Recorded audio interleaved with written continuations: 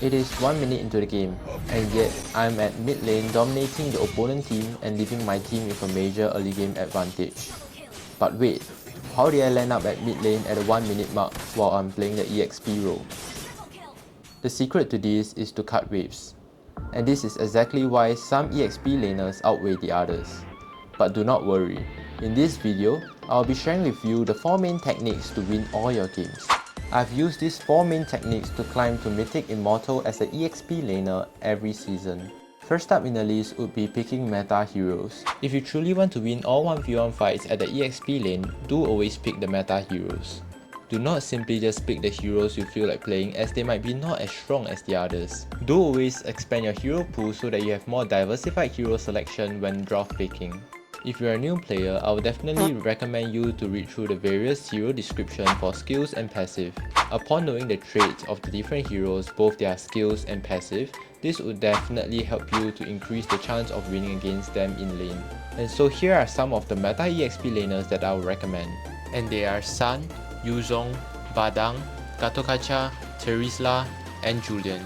All these heroes are easy to master with a mix of offense and defense. These heroes usually allow you to win or tie in any other matchups. However, despite these heroes' strength, players' individual skills do make a huge difference, and you are the one to make your gameplay to the next level. But before we move on, an important thing to highlight would be the draft mode. Do always try to pick your EXP heroes after the opponent team have picked theirs. This will increase the chances that you can win against them. However, with that being said, there are some heroes such as Badang and Ruby which can be played as the roam as well, so do be careful. Coming up next would be item selection. A common mistake that some players make would be using the wrong build. Having the wrong items would lower the hero's potential drastically, causing you to lose more games. The simplest way to obtain the right build would be comparing the common items under Pro build, but not blindly choosing the first one that pops up. At the start of the game, many EXP players tend to build boots, but that's actually putting you yourself on a major disadvantage. However, do consider building Dagger first, then prioritizing Fairy Hammer for the extra penetration and damage. This will allow you to clear your minion at a faster speed and hence more chance for you to win against your opponents. On the other hand, if you were to be playing sustained EXP laners such as Tank Badang or Bharat, do consider building defense first. This defense item can be physical or magical defense according to the opponent EXP laner. After which, you can either prioritize warrior boots or tough boots according to the item that you have built earlier. Moving on next would be the laning phase. This requires a lot of time to learn and master along the way. I will be sharing with you 6 tips to dominate the opponent EXP laner on lane. Tip number 1. Clear lane faster than your opponent. If you are playing a strong early game hero such as Yuzong, Badang or Freya, clearing waves first will allow you to reach level 2 before your opponents. You can then try to lower their health with both your skills unlocked. And this brings me to tip number 2. Always try to take the EXP crab from your opponent. As an independent resources, the EXP crab provides more EXP, allowing you to reach level 4 earlier than the opposing EXP laner. This will give you a higher chance of winning 1v1 and at the same time putting your team with more advantage during the first turtle fight. Tip number 3. Last hitting your minions.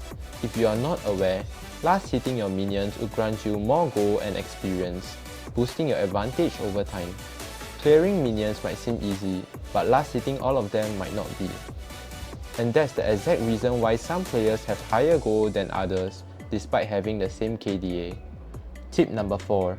Cutting of waves. Cutting of waves refers to clearing the minions between the opponent's outer and second outermost turrets. This will grant you more time to rotate around the map to help your teammates. And this was the technique I used which allowed me to get a triple kill at the start of the video. Moving on next, tip number 5.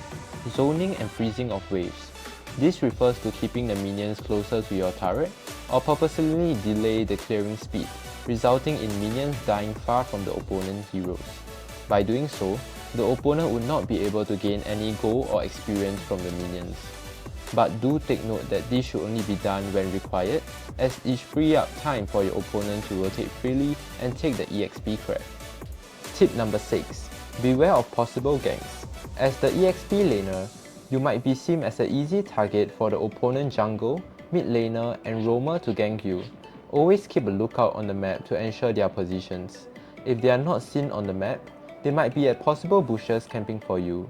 So do always be cautious of the possible bushes the opponents might be camping at. Moving on next would be maximizing your advantage. If you are winning on your lane and you had already cleared both the minions and the EXP crab, rotation would be your next best option. Expanding your advantage to your entire team will give you a higher chance of winning the game. However, you should only be rotating to other lanes after clearing your minions. Many players make this foolish mistake and hence resulting in giving opponents a free turret. Alternatively, you can choose to swap lanes with your gold laner. Since you have already built an advantage on the EXP lane, suggesting a lane swap would be beneficial for both you and your gold laner. In a case where your gold laner is losing to the enemies, swapping of lanes would give them an easier time to fight and farm up. On the other hand, you would be able to minimize the opponent gold laner farming progress. At the same time, always keep a lookout on your teammates' position on the map. If they were to be taking objectives such as turtles or lord, make your way there as soon as possible. If you can make it there before the opponent EXP laners does, your team will be outnumbering the opponent team, granting you a higher chance of securing objectives and winning the fight.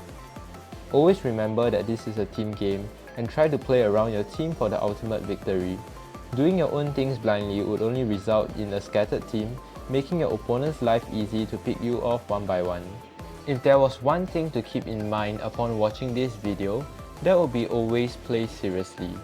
Many players tend to let their guards down and play casually when they seem to be winning the game.